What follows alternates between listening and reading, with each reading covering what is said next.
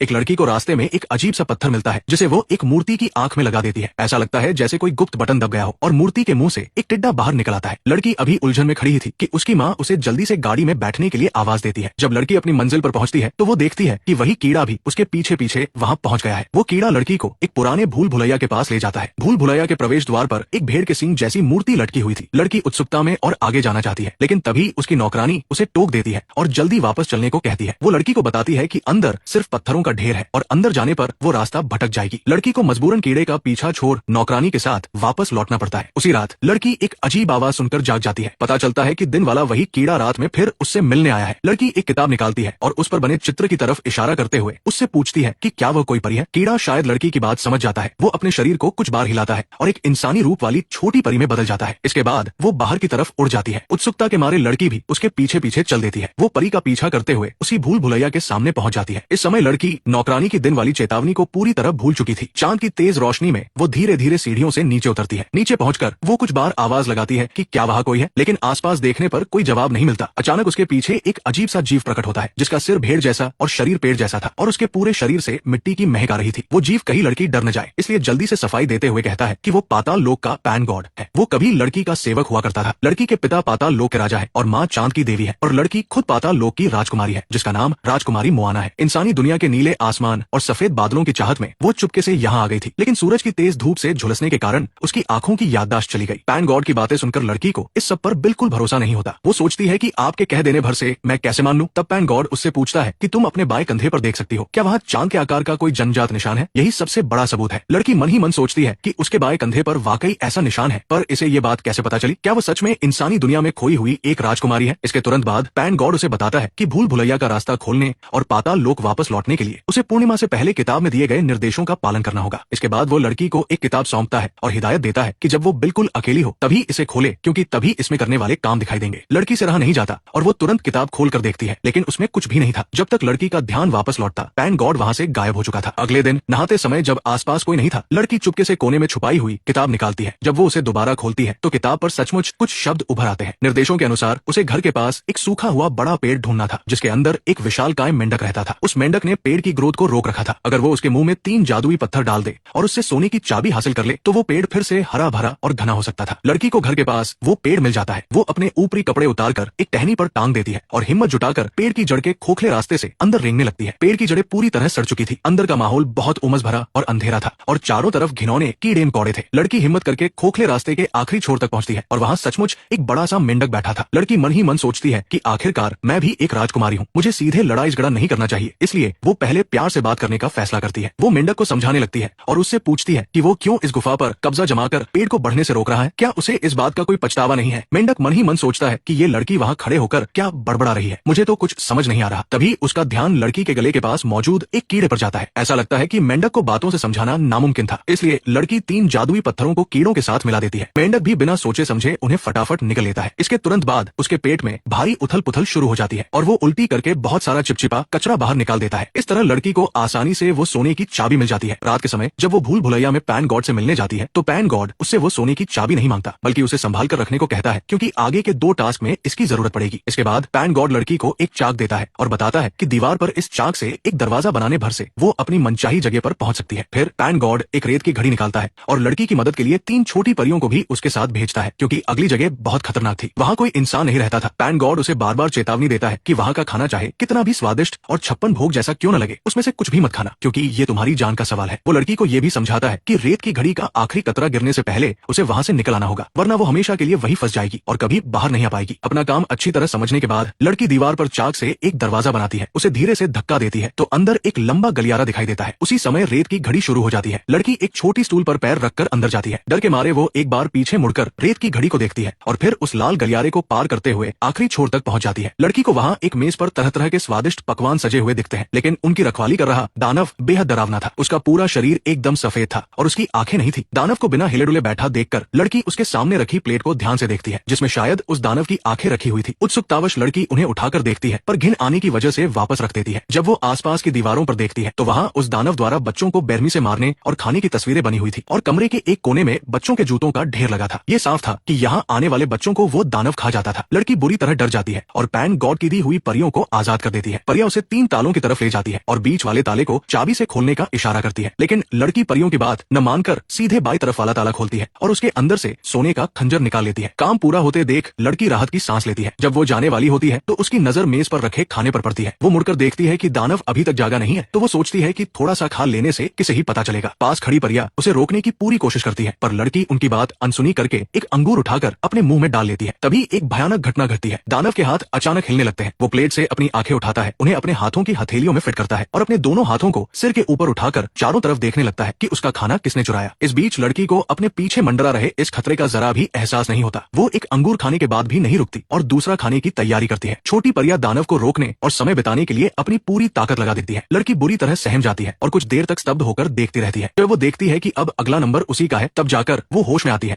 और डर के मारे एग्जिट की तरफ भागती है। दानव अपने दोनों हाथ फैलाकर हर तरफ टटोलता है और अजीब सी चीखें निकालता है। लड़की जैसे ही दरवाजे के पास पहुंचती है, रेत की घड़ी का आखिरी कतरा गिर जाता है और पत्थर का दरवाजा बंद हो जाता है। लड़की बेहद घबरा जाती है। वो चाक निकालती है ताकि एक और दरवाजा बना सके, लेकिन हड़बड़ी में चाक टूट जाती है। वो फुर्ती से बची हुई चाक निकालती है और अपने सिर के ऊपर की पथरीली छत पर एक छोटा सा दरवाजा बनाती है। मौत का साया बिल्कुल करीब आ चुका था, लेकिन इस बेहद मुश्किल हालात ने उसके भीतर की छिपी हुई ताकत को जगा दिया। वो अपने दांत भींचकर उस तंग रोशनदान के रास्ते ऊपर चढ़ जाती है और दानव के झपट्टा मारने से ठीक पहले उस चाक वाले दरवाजे को कसकर बंद कर देती है, जब तक कि आखिरी दरार भी गायब नहीं हो जाती। तब जाकर वो उस अंधेरे में हांफते हुए बैठती है और चैन की सांस लेती है। उसी रात पैन गॉड अंधेरे से बाहर आता है। वो लड़की को बधाई देता है कि उसकी माँ की तबीयत अब सुधर रही है, लेकिन ओफेलिया सच बताने में हिचकिचाती है। तभी पैन गॉड परियों वाला डिब्बा खोलता है। 3 परियों में से अब सिर्फ एक ही बची थी, जो पैन गॉड को लड़की की सारी गलती सच सच बता देती है। ये सुनकर पैन गॉड गुस्से से लाल पीला हो जाता है। इसके बाद पैन गॉड वापस अंधेरे में गायब हो जाता है और लड़की को गहरे पछतावे में अकेला छोड़ देता है। दूसरी तरफ लड़की का सौतेला पिता कैप्टन विडाल पहाड़ों के छापामार विद्रोहियों से परेशान था। विद्रोहियों ने उनकी रसद ले जाने वाली ट्रेन को उड़ा दिया था, लेकिन वे कुछ लेकर नहीं गए थे। जब कैप्टन ये सोच ही रहा था कि दुश्मन का इरादा क्या है, तभी पीछे के कैंप से धमाके की आवाज आती है। उसे समझ आता है कि उसे धोखे से दूर ले जाया गया था। कैंप का सारा सामान चोरी हो चुका था और तालों को तोड़े जाने का कोई निशान भी नहीं था। वो बचे हुए सैनिकों के साथ पीछा करता है और एक विद्रोही को पकड़ लेता है। बदकिस्मती से वो विद्रोही बहुत सख्त था और प्रताड़ना झेलने के बाद भी कुछ नहीं उगल रहा था। कैप्टन डॉक्टर को बुलाता है ताकि विद्रोही की जान बचाई जा सके और उससे पूछताछ जारी रहे। लेकिन इलाज के दौरान कैप्टन नोटिस करता है कि डॉक्टर के बॉक्स की दवाइयां बिल्कुल वैसी ही है जैसी विद्रोहियों के पास से मिली थी। वो सैनिकों को डॉक्टर पर नजर रखने को कहता है और खुद ऑफिस की तरफ भागता है। वो उन दवाइयों का मिलान करने के लिए ऑफिस जाता है। डॉक्टर के जासूस होने का सच पूरी तरह सामने आ चुका था, लेकिन जब कैप्टन गन लेकर डॉक्टर से हिसाब चुकता करने जा रहा होता है, तभी ऊपर से बर्तन गिरने की आवाज आती है। वो कमरे में जाकर देखता है तो लड़की बेड के नीचे दुबकी हुई थी। कैप्टन उसे खींचकर बाहर निकालता है और बेड के नीचे का राज खुल जाता है। सब खत्म हो गया। माँ की मायूस आंखों के सामने ओफेलिया सफाई देती है कि ये पैन गॉड की दी हुई मैंड्रेक की जड़ है, जिसे बेड के नीचे रखने से माँ की बीमारी ठीक हो सकती है। लेकिन माँ को लगता है कि लड़की ये परियों की कहानियां पढ़ पढ़ कर पागल हो गई है। वो इन सब बातों पर यकीन नहीं करती और उस जड़ को जलती हुई अंगीठी में फेंक देती है, ताकि लड़की को ये एहसास हो सके कि असल जिंदगी कोई खूबसूरत कहानी नहीं होती। और अगले ही पल माँ के पेट में भयानक दर्द उठता है और वो दर्द से जमीन पर गिर जाती है। वो जड़ भी आग में तड़पते हुए अजीब सी आवाजें निकालने लगती है और उसी समय एकमात्र मददगार डॉक्टर भी कैप्टन की गोली का शिकार हो चुका था। विद्रोही को और दर्द न झेलना पड़े, इसलिए डॉक्टर ने उसे हैवी डोज देकर हमेशा के लिए सुला दिया था। आखिरी वक्त तक डॉक्टर का ये कदम साबित करता है कि चिकित्सा और इंसानियत हमेशा कैप्टन की ताकत और क्रूरता से ऊपर होती है। कमरे के बाहर माँ के चीखने की आवाजें आ रही थी। खून से सने कपड़े बाहर लाए जा रहे थे। ओफेलिया घबराहट में दरवाजे पर इंतजार कर रही थी, क्योंकि वो अपने इकलौते सहारे को खोने से डरती थी। दूसरी तरफ कैप्टन विडाल बिल्कुल शांत था। डॉक्टर की मौत की खबर सुनकर भी उसके चेहरे पर कोई शिकन नहीं थी। उसे सिर्फ इस बात की परवाह थी कि उसका बेटा सुरक्षित पैदा हो। छोटी ओफेलिया ने अपनी प्यारी माँ को खो दिया। माँ के अंतिम संस्कार के बाद उसकी सबसे अच्छी देखभाल करने वाली हाउसकीपर भी रात के अंधेरे में वहाँ से भागने की तैयारी करती है, क्योंकि कैप्टन को उसकी असलियत पर शक होने लगा था। वो लड़की से विदा लेना चाहती थी, लेकिन लड़की के रोने और गिड़गिड़ाने के कारण वो उसे भी अपने साथ ले जाने के लिए तैयार हो जाती है। उस तूफानी और बरसाती रात में दोनों एक दूसरे का सहारा बनकर जंगल की तरफ भागती है। तभी पैन गॉड दोबारा सामने आता है और लड़की को एक आखिरी मौका देता है। टास्क ये था कि उसे अपने छोटे भाई को कैप्टन के पास से चुरा कर लाना होगा, ताकि वो पाताल लोक वापस जा सके। वो बच्चे को लेकर भूल भुलैया के प्रवेश द्वार पर पहुंचती है, लेकिन उसे पता चलता है कि पैन गॉड उस मासूम बच्चे के खून की बूंदों से पाताल लोक का रास्ता खोलना चाहता है। ओफेलिया अपने भाई को नुकसान नहीं पहुंचाना चाहती थी और वो साफ मना कर देती है, चाहे इसके लिए उसे हमेशा के लिए यही क्यों न रहना पड़े। तभी सौतेला पिता अपने बच्चे की चोरी की बात जानकर वहाँ पीछा करते हुए पहुंच जाता है। लड़की को हवा में बातें करते देख वो आगे बढ़ता है, बच्चे को छीन लेता है और बिना किसी रहम के ओफेलिया को गोली मार देता है। कैप्टन बच्चे को लेकर जैसे ही भूल भुलैया से बाहर आता है, विद्रोही सैनिक पहले से उसका इंतजार कर रहे होते हैं। कैप्टन वही मारा जाता है। ओफेलिया खून से लथपथ होकर जमीन पर गिर जाती है और उसका खून भूल भुलैया के पत्थरों में समा जाता है। एक चमकदार सुनहरी रोशनी के बीच उसकी आत्मा पाताल लोक पहुंच जाती है। वहाँ के राजा और रानी बिल्कुल उसके माता पिता के रूप में दिखाई देते हैं। वे ओफेलिया से कहते हैं कि अपने भाई की जान न लेना ही उसकी आखिरी परीक्षा थी, जिसमें वह पास हो गई है। अब वो हमेशा के लिए अपने लोक वापस आ सकती है। लेकिन जैसे ही वो सुनहरी रोशनी गायब होती है, असल दुनिया में ओफेलिया दम तोड़ देती है। ये एक उदास और गंभीर परियों की कहानी है, जहाँ ओफेलिया असल जिंदगी के के अंधेरे और दुखों का सामना नहीं कर पाती। वो एक जादुई जिंदगी की चाहत रखती है और वो पाताल लोक असल में उसकी अपनी कल्पनाओं का संसार था। ये कहानी असल जिंदगी की कड़वी सच्चाई को बखूबी बयां करती है।